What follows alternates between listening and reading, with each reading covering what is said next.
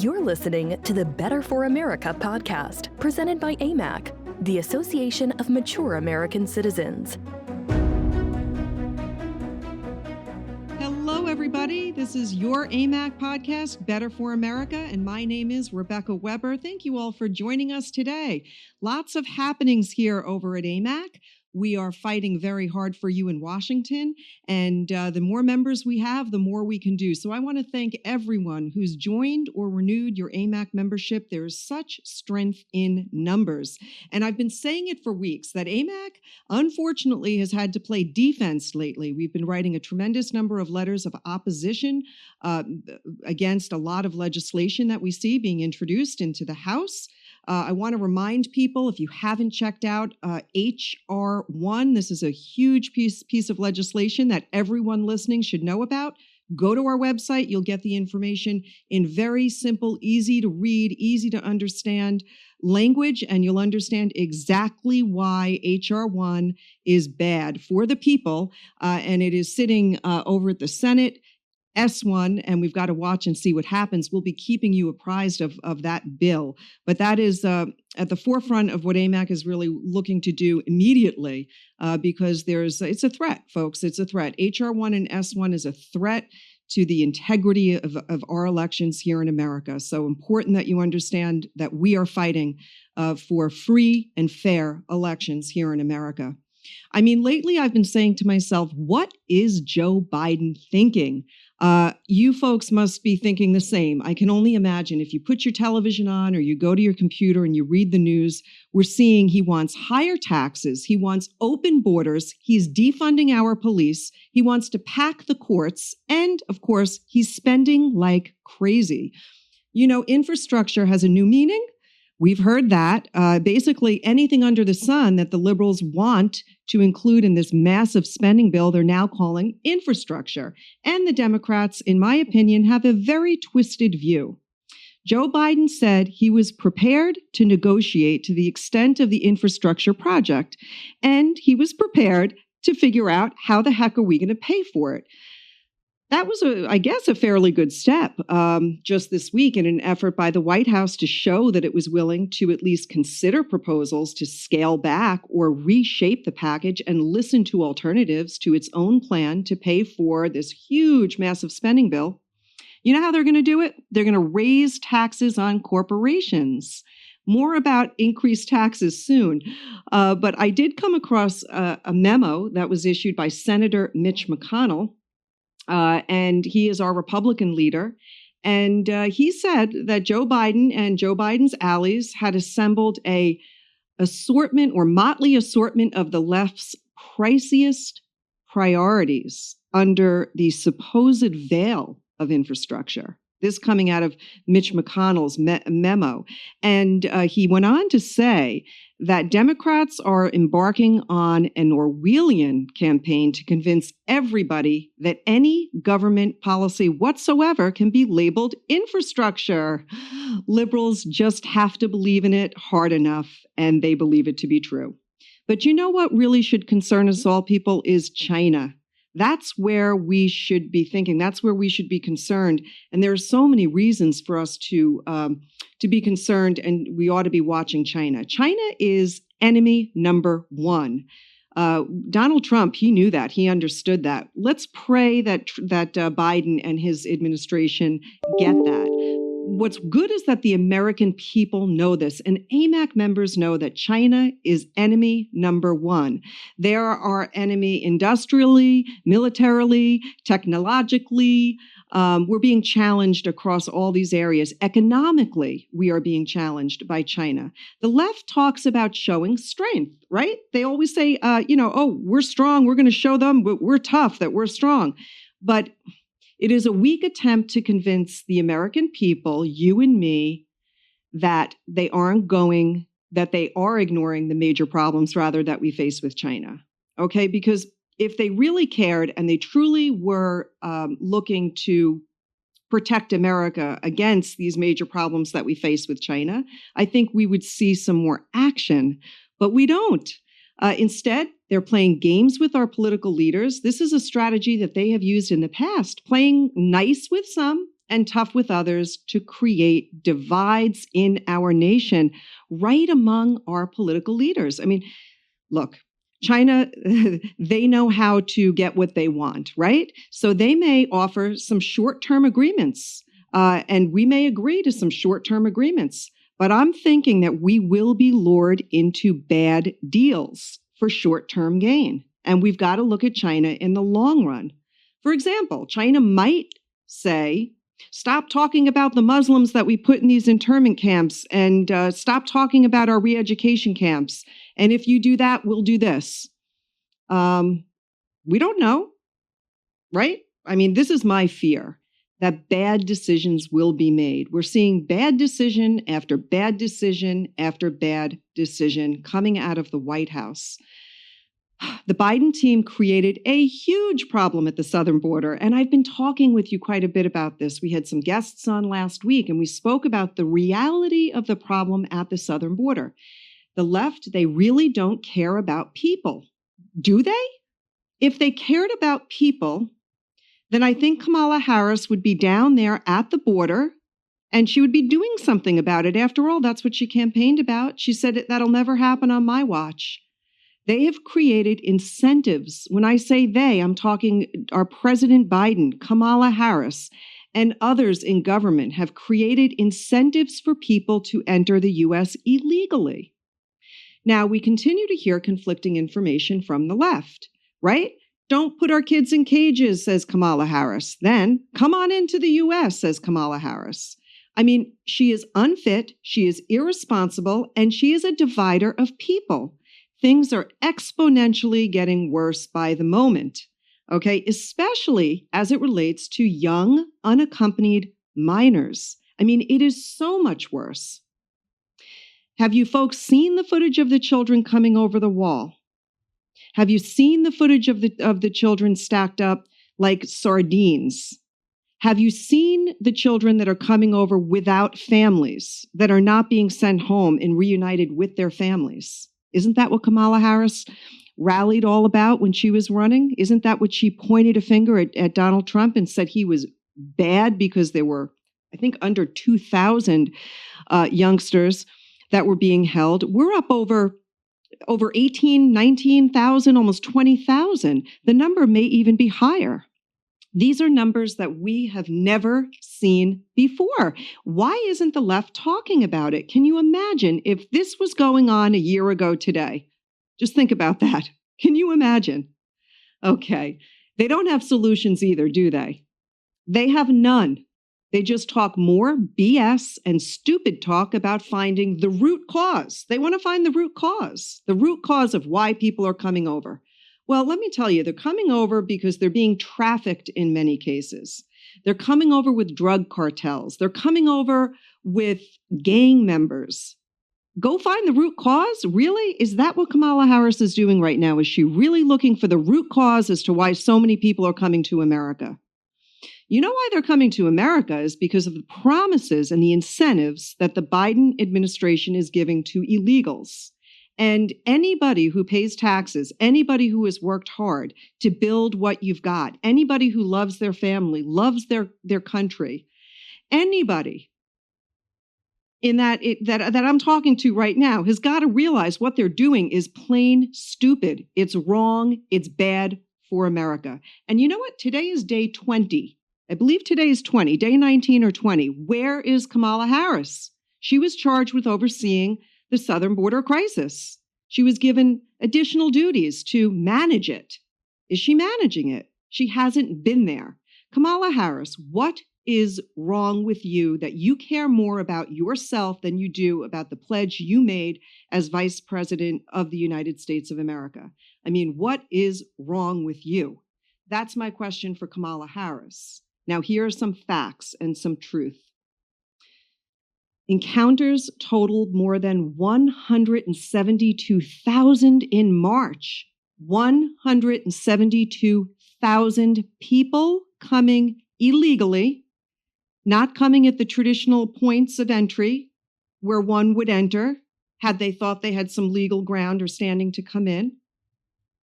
172,000 in March, up from about 100,000 the previous month.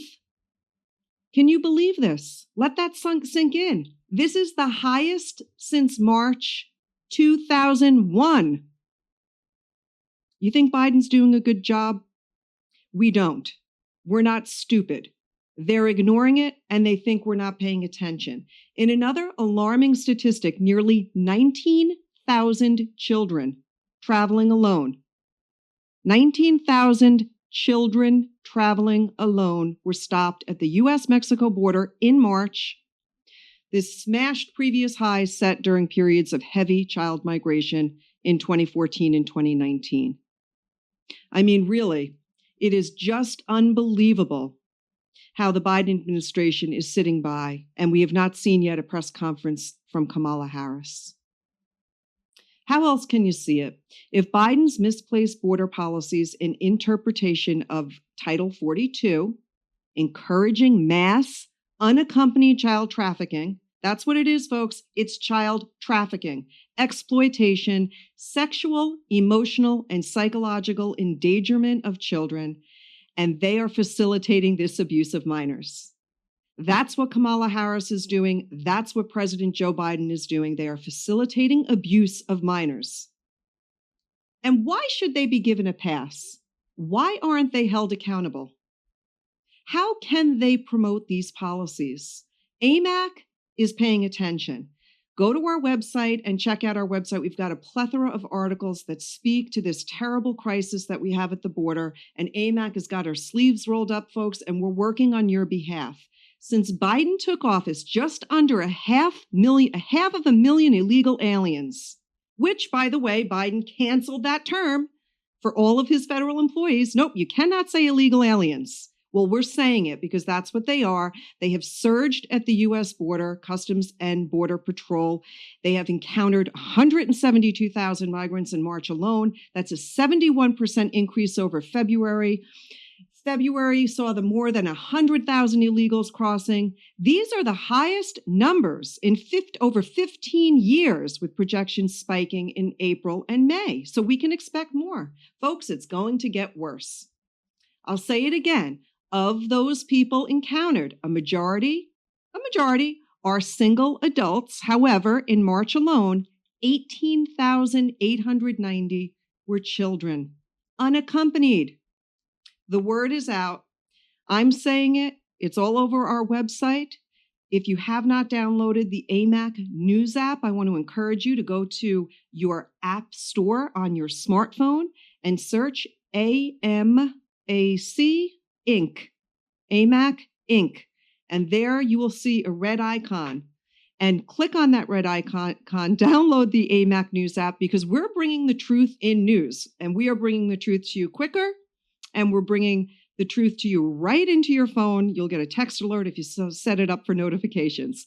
But boy, you can see how frustrated I am. As a mother, it breaks my heart to see what we as a country are allowing and encouraging and incentivizing.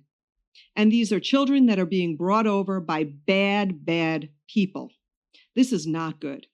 What else is Biden doing? He's defunding the police, right? Or at least he's for it. At least he hasn't spoken out against it, has he?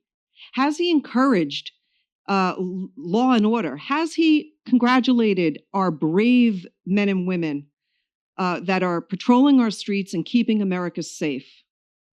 The radical left prosecutors and allied politicians, they're contributing also to dangerous surges in crime. I have to share with you some more bad news, unfortunately, but we will get to some good news soon, because I'll be having Gerry Hafer on, who's going to talk to you a little bit about Social Security. You don't want to miss it. Stick around till the end. But listen to this. Okay, this blows my mind away. The early 2021 crime statistics are in, all right? And I looked at this and I thought, my God, why aren't more people talking about this? The news is terrible. In almost every single category, violent crime in urban America is rising. Are you surprised? Anybody who is surprised, shame on you, because you voted, or supposedly we voted, for Joe Biden and Kamala Harris. And on their watch, violent crime in America is soaring. Okay, listen to New York City. New York City statistics here. This is a comprehensive CompStat crime monitoring system, which reported a 36% jump in March murders from the previous year. That's significant. Shootings, 77% increase over the previous year. But it's not just murders and shootings, right? In late March, I saw more statistics. The New York Post actually raised alarms about a startling crime surge. The paper noted, good for Post for pushing this out, that a shocking weekly surge in crime data from March 22nd to March 28th. So they took that 1 week, March 22nd to March 28th. When compared to the same period 1 year ago, in addition to the rise in murders and shootings, listen to this, rapes were up 125%. That is just sickening. Felony assaults up 23%, auto theft 42%, robberies almost 10%. So to me and to you, this looks like the signal of a crime wave. And this is national. It's not just New York, folks. CNN recently reported that in Chicago, murders are up 33% today compared to last year today. Can you imagine? This is all over the nation. In Los Angeles, according to news reports, 64 people were murdered in the first 2 months of 2021. Can you imagine? An increase of 39% over the same period in 2020. Gun violence was up sharply. 570 reports of shots fired. That's an 88% jump from the previous year. Can you imagine? And folks, our crime was much lower under Donald Trump's leadership.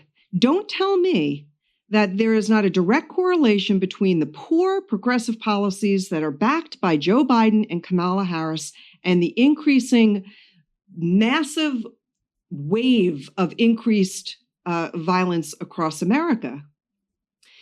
The troubling news comes as no surprise. Again, I mean, if you're surprised, I don't know, if you know somebody who voted for Biden, maybe forward them this podcast. They probably won't listen to it. They will have no defense. And they might just blame it on Trump because that's what they do, right? That's what they do. They just won't see the facts. AMAC repeatedly has warned that progressive policy changes contribute to this rising crime in urban America. And we are working for you on Capitol Hill. We're engaging with our congressmen, congresswomen, our senators, our secretaries of state, our attorney generals, our governors. But as much work as we do, we need you. We need our members. We need for you to forward this podcast. We need for you to join in Renew. Sign up a family member. Give them a free membership.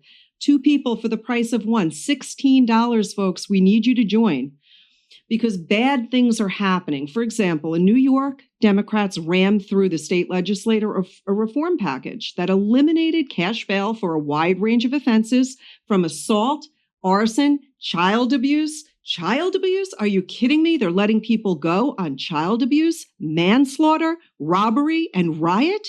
They removed judicial discretion in holding suspects. This is just so bad for America. And finally, folks, I've got to mention to you, because we're hearing a lot of this too. Again, we're keeping you apprised with content on our website. But you know, Joe Biden wants to pack the Supreme Court. Do you all remember that he couldn't answer that question?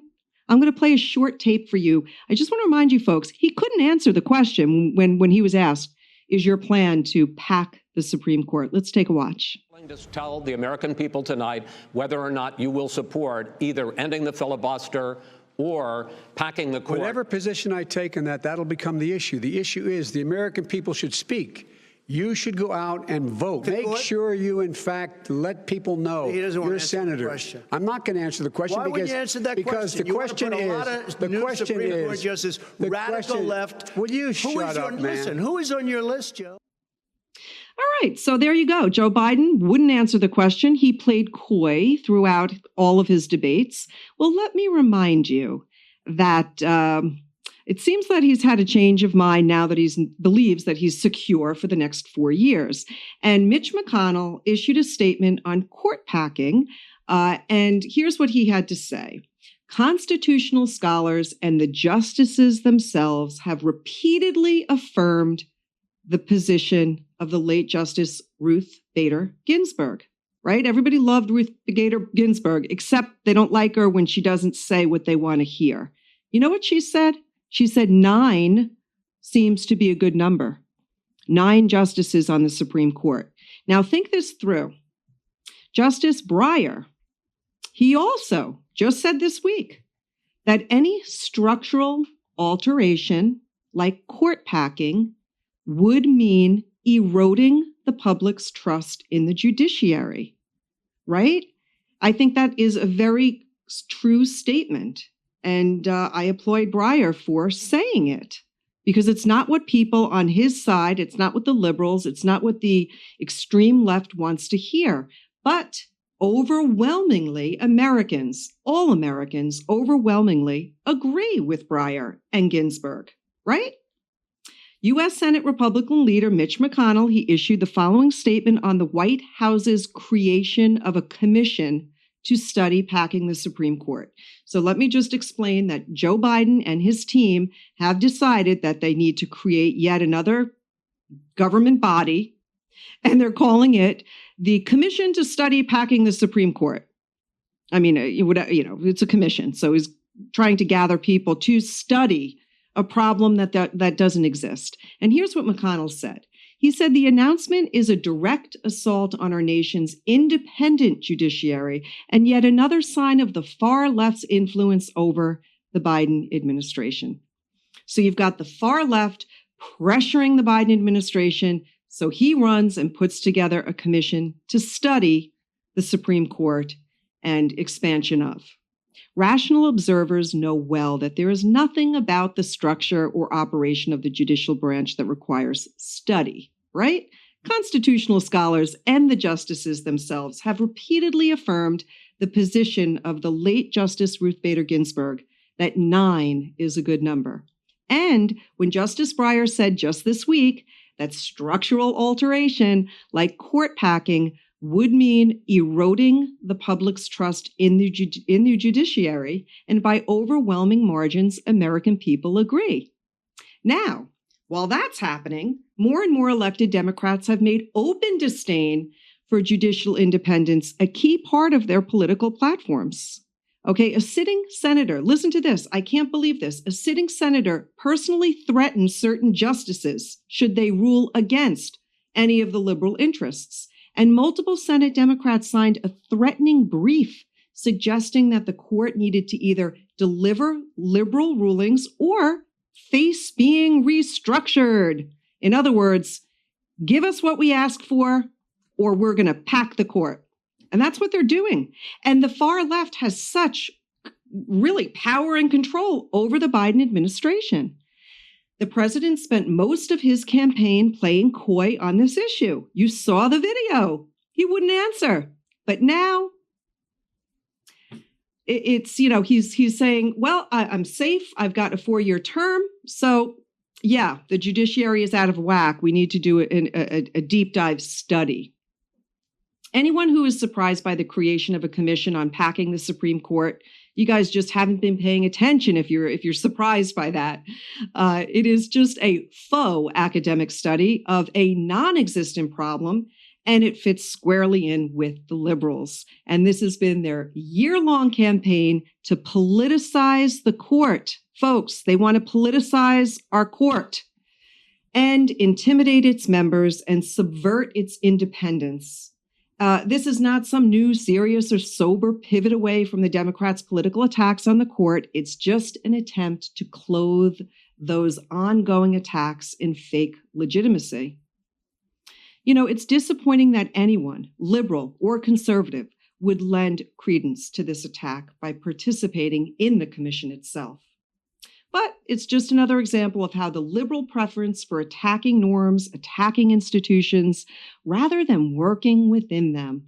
No, their answer is let's attack.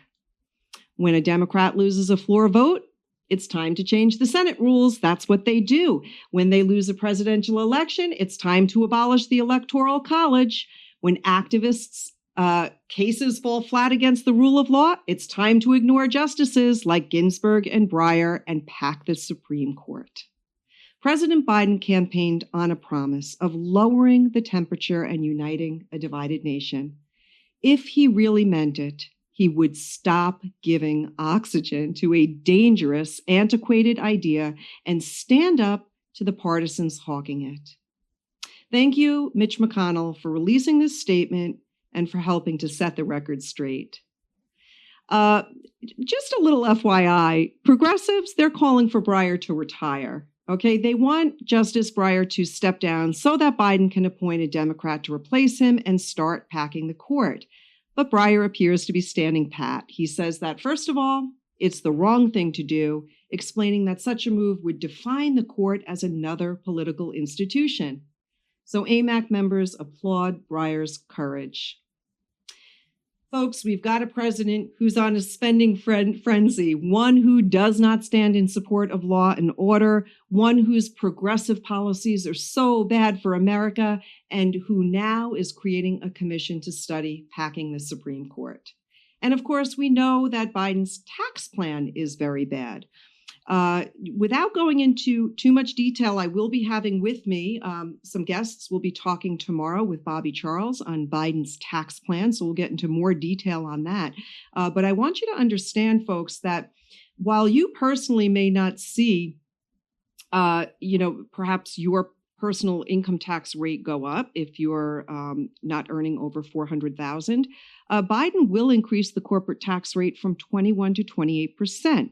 Now, understand this, folks. Studies suggest, now that's the corporate tax rate from 21 to 28, corporate tax rate. But studies suggest that workers are going to bear about 25% of the corporate tax rate.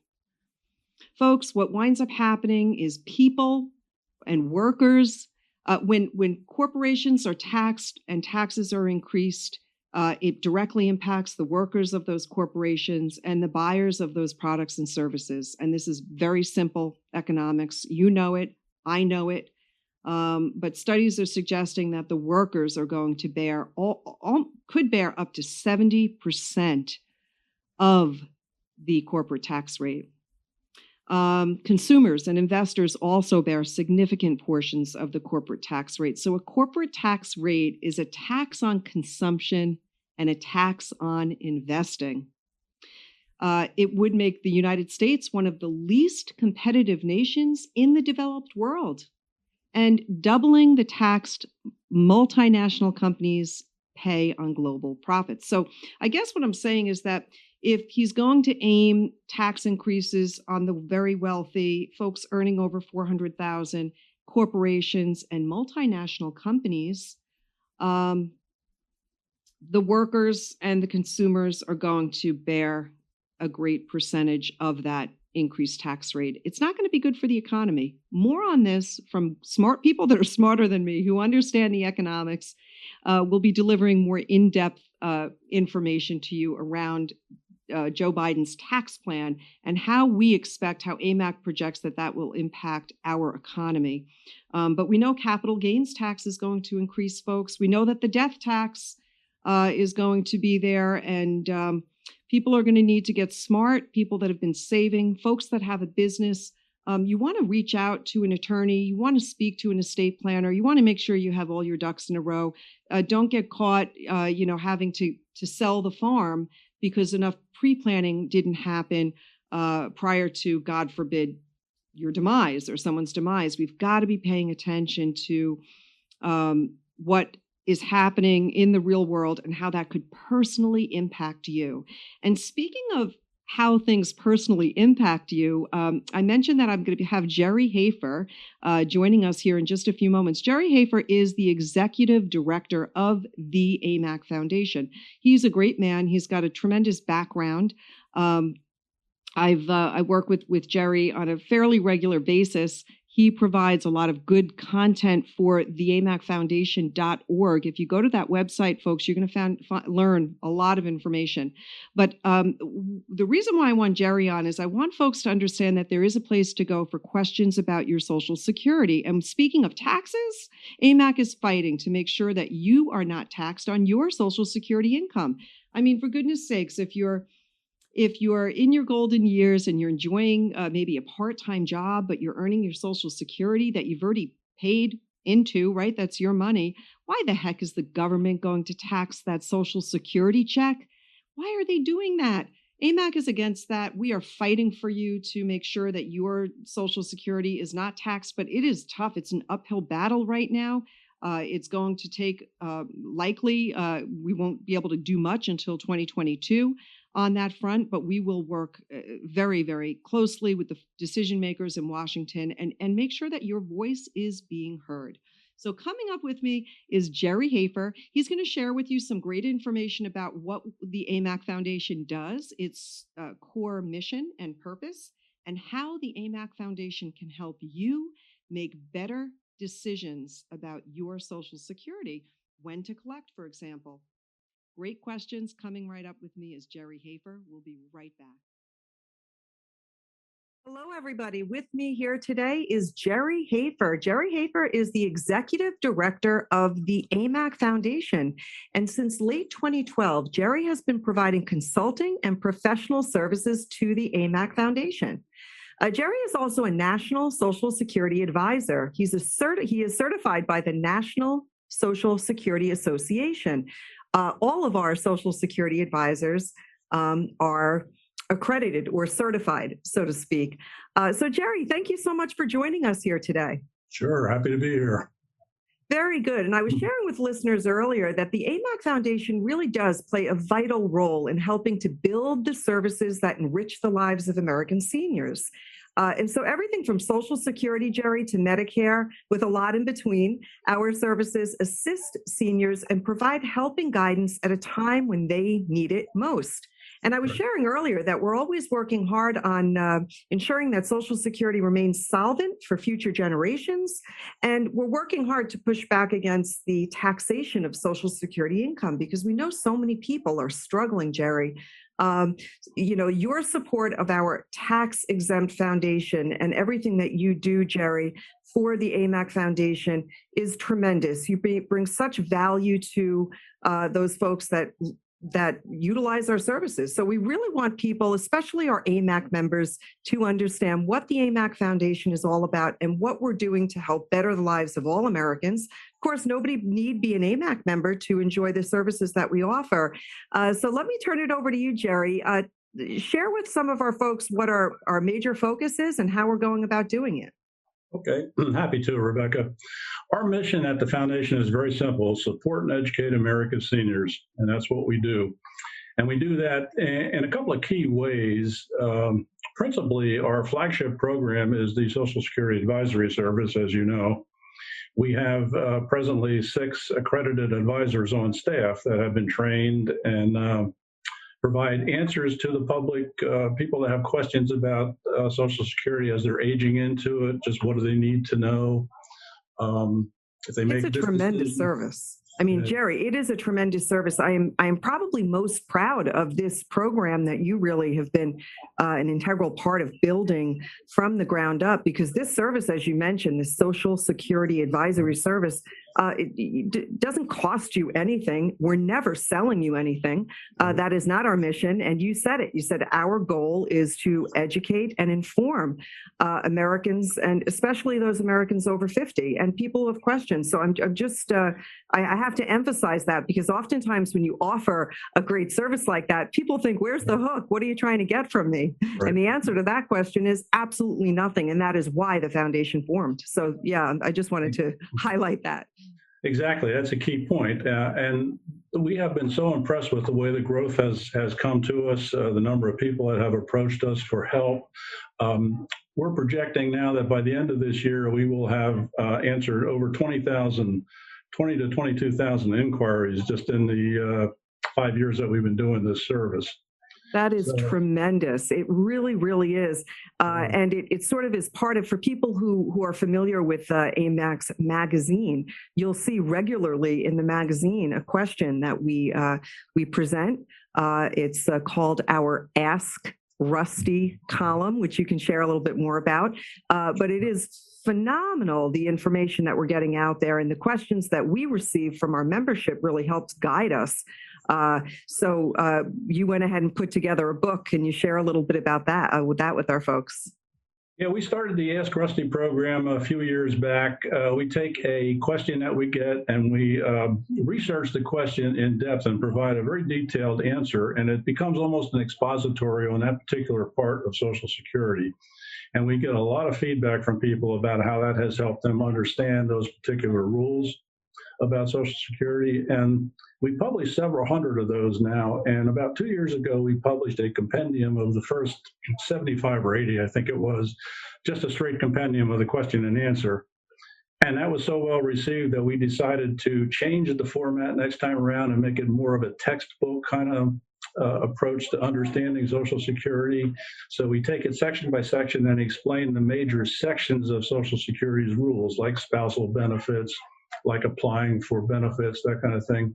But then we supplement the academic part of that with some representative Ask Rusty questions and detailed answers.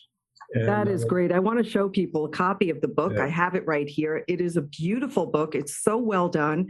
Ask Rusty, what is so hard about Social Security? And I mean, there's just question after question, beautifully written, simple and easy to understand, because it is a complicated matter, but you did all the work right here. How do people get this book if people are interested in getting their hands on something like this?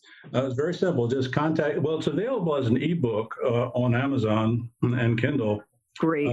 But if you want the hard copy book, just contact the AMAC Foundation at amacfoundation.org. And, we'll step you through how to get a copy. We respond immediately when we get an inquiry. Hey, Gerry, what are the frequently asked questions? What are the types of questions that we're fielding regularly?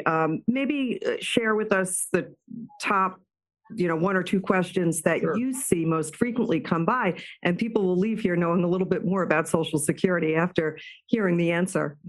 Sure. Well, as I said, we get 600 to 700 inquiries every month, but they boil down to a select few that are the most popular. And one of them, very, very simply, is, I'm going to turn 62. When should I apply for Social Security? Or great question. Sometimes it's, should I apply at 62 or should I wait? Yeah, that is a really great question. Yeah. And I hear a lot of people that are in their early 60s that are really pondering, what should I do, collect now or collect later? And I bet that there are a number of variables that go into answering that question.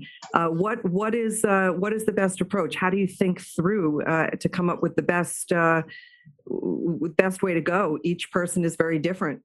Yeah, each situation is different. It's situational all the time. And so basically what we will do is we'll answer that question by saying, it depends. And that is kind of frustrating to people, but then we quickly explain why it depends. And it depends on things like your family health history, your other financial resources, your expected life expectancy, that sort of thing. We walk them through almost a decision tree kind of thing. These are the things that you need to think about when you make that decision. But there are things that you need to understand as well. There's a common misconception that people file at age 62, take the reduced benefit, and then when they reach their full retirement age, it's automatically increased. And so that's not the case. And so we make sure they understand that.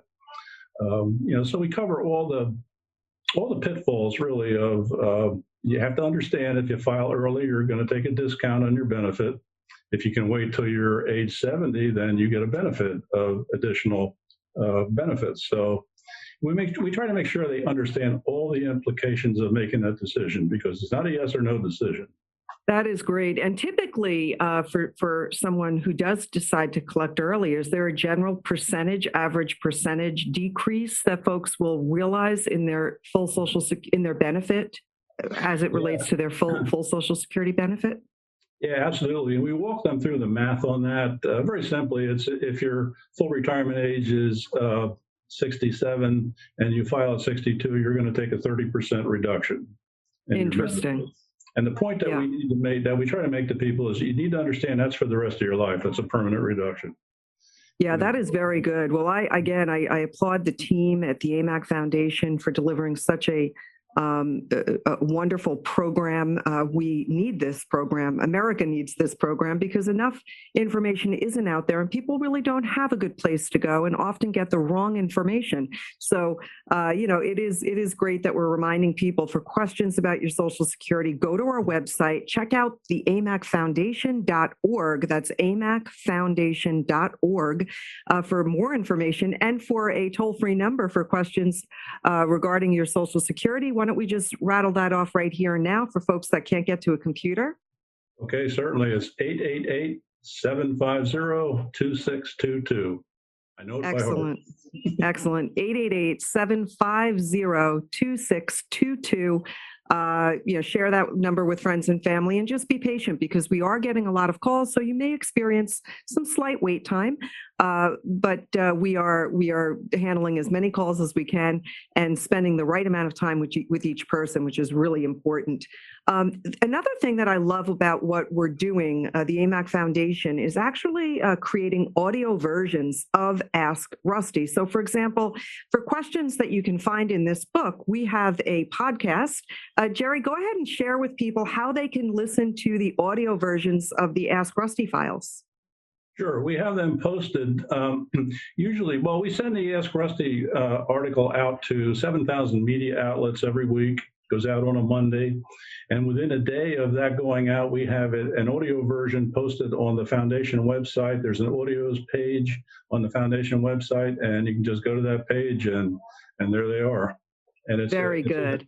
It's a straight recording of the question and the answer, and we editorialize a little bit with the answer to make sure that we're bringing in points that need to be understood. So excellent. Yeah, very good. And for people that are listening that think, boy, it would be really fantastic if I had access to this kind of information at my place of business, give us a call. We can bring a special concierge program directly to your business place. Of course, we work with the management or owners of the business to explain how it all works, but it's really a wonderful program that you're rolling out. We'll be working with a group, and we're excited to be able to bring these services to American businesses because all employees should have access to this kind of information. It's a big decision when it comes time to collect your Social Security, and AMAC is here to help you. I also love the public education programs. I want you to talk a little bit about some of the public education programs because for those listening, many of you are AMAC members, and I want to say thank you because many people, when they join AMAC, they donate an extra $1 or $2 to the AMAC Foundation, and those donations enable us to provide public educational forums, public educational classes to your local library, to your local community. And these are the things that, Gerry, you and your team have planned to expand upon throughout 2021 and into 2022. We were unable to do all of that which we wanted to in 2020 due to the pandemic, but it didn't slow us down. And now we're hitting the ground running as things are beginning to open up. So share with our folks some of these public education programs because we do want to expand these programs and bring them to your local community. Sure. It's the educate part of our mission, support and educate America's seniors. And prior to the pandemic, we were doing an average of 2 of these a month, public seminars, and we live stream a lot of those across the network. So they're available remotely for anyone that wants to dial in and watch them. But we cover topics like Medicare for people that are aging into Medicare. These are the fundamentals you need to know about before you even start to think about signing up. Social Security fundamentals, certainly, but we do a lot of special interest topics as well. Technology for seniors, understanding the connected home, aging with benefits, just general things like that. In fact, we're doing one tomorrow, a webinar actually on managing allergies. It's that time of the year. Very smart. Yeah, so I love it. We're always looking for to talk about the things that people are most concerned about or interested in. And so AMAC membership feedback is really, really appreciated because we can bring more of the kinds of programs that are of interest to you. I encourage people, if you're not receiving our newsletter, if you're not aware of the AMAC Foundation, you really ought to check out our website at amacfoundation.org. You can sign up for the newsletter. Is that right, Gerry? Right on that homepage. That's correct. Right on the landing page. Right. Excellent. Very good. Well, again, at our website, just encouraging people, check out our Social Security report, our Medicare report, this huge veterans initiative that we're taking on.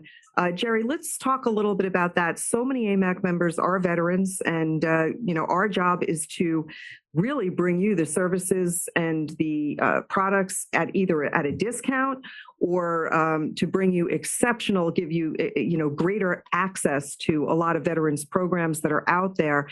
So can you tell people a little bit about what our Veterans Initiative is? Sure. AMAC's long been a supporter of the veterans community, and we realized about a year or so ago that there was a problem in that a lot of veterans are just not aware of where to go for the resources that are available to them. That's right. And so we decided that it would be a good thing to put together a massive repository, searchable repository where people could key in a term like PTSD, and we would come back to them with sources of support and sources of help and that kind of thing. And that has been received very well. We're getting a lot of feedback. There's probably close to 800 entries in that database right now. Somebody that keys in a keyword on a topic, even something like veteran small business, that will take them to a list of services available to help veterans start and sustain small businesses. It's just part of the overall initiative, and we're beginning to work now with the veteran service organizations countrywide, really, to promote interaction between VSOs, so that they can communicate better. And I think that's our role, to facilitate communications and basically to make resources available where veterans can get access to them.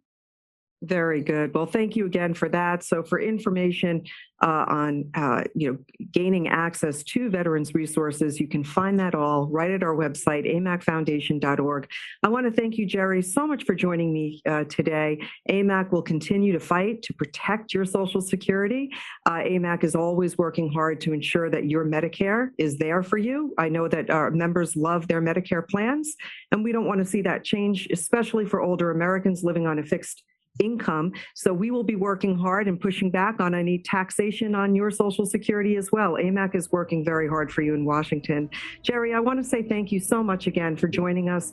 And for everyone out there listening today, thank you for joining us on AMAC's podcast, Better for America. And we look forward to having you back with us again next time. Have a great day. Thank you for listening to the Better for America podcast. To learn more about AMAC and all it has to offer, visit us at www.amac.us.